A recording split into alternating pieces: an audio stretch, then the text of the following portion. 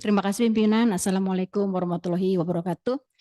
Yang saya hormati pimpinan dan rekan-rekan DPR RI Komisi 12, Deputi PPKL Kementerian Lingkungan Hidup Bapak Roy, dan jajarannya, yang saya hormati Ketua Yayasan Udara Anak Bangsa dan para tamu undangan yang hadir di tempat ini.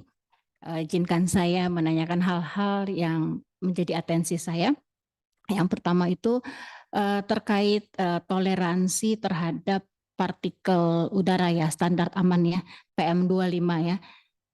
Itu kan menurut data WHO itu amannya itu di 5 mikrogram per meter kubik ya. Dan ya data terakhir kita nasional ini rata-rata 35 mikrogram per meter kubik. Per meter kubik ya. Kemudian ini kalau kita lihat di Tangerang Selatan itu sudah mencapai nembus ya ke angka 61 kalau nggak salah ya, 61 meter per kubik. Nah ini tentunya jauh berkali lipat dari standar aman dari WHO. Nah kalau menurut pendapat dari teman-teman aktivis, udara kita ini sudah beracun ya, sudah mengandung racun. Nah yang ingin saya tanyakan sebenarnya sederhana sekali. Kepada pemerintah, pihak pemerintah. Nah, menurut pihak pemerintah sendiri bagaimana standar udara kita ini? Bagaimana ya Kak? Apa sudah beracun atau seperti apa? Itu yang pertama Pak. Terus kemudian yang kedua itu terkait urusan udara ini kan menjadi urusan lintas sektor antar kementerian. Nah ini kalau terkait mungkin penindakan terhadap PLTU, pelepasan gas emisi beracun, itu KLHK sepatutnya berkoordinasi dengan Kementerian SDM.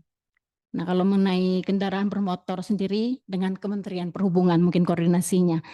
Nah yang saya ingin tanyakan adalah apakah antar kementerian ini sudah memiliki task force atau apa Pak, satuan kerja, satuan khusus untuk menangani penurunan polusi udara.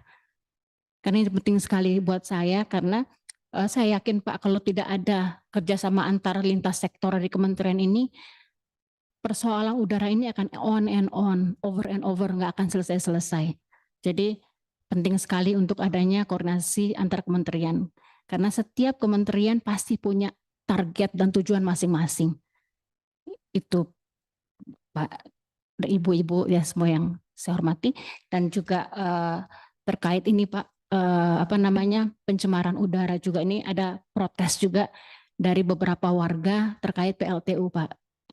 Ya tadi yang disampaikan juga di warga di sekitar Banten ya, PLTU Suryalaya itu Cilegon Pak.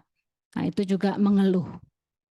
PLTU warga di Sumsel juga, PLTU Batu Raja juga mengeluh. Itu ISPA, ya kan, sesak nafas. Nah itu bagaimana Pak? Kenapa bisa begitu? Apakah ada pengawasan yang rutin dilakukan oleh pihak KLH dalam hal ini Pak ke lapangan? Ataukah adakah pemantauan emisi secara berkala? Ya, jangan sampai ini merugikan masyarakat Pak. Dan jangan sampai selama ini kita hanya mengandalkan laporan dari operator yang notabene pasti melindungi kepentingannya sendiri. Itu dari saya mungkin Ketua. Terima kasih pimpinan.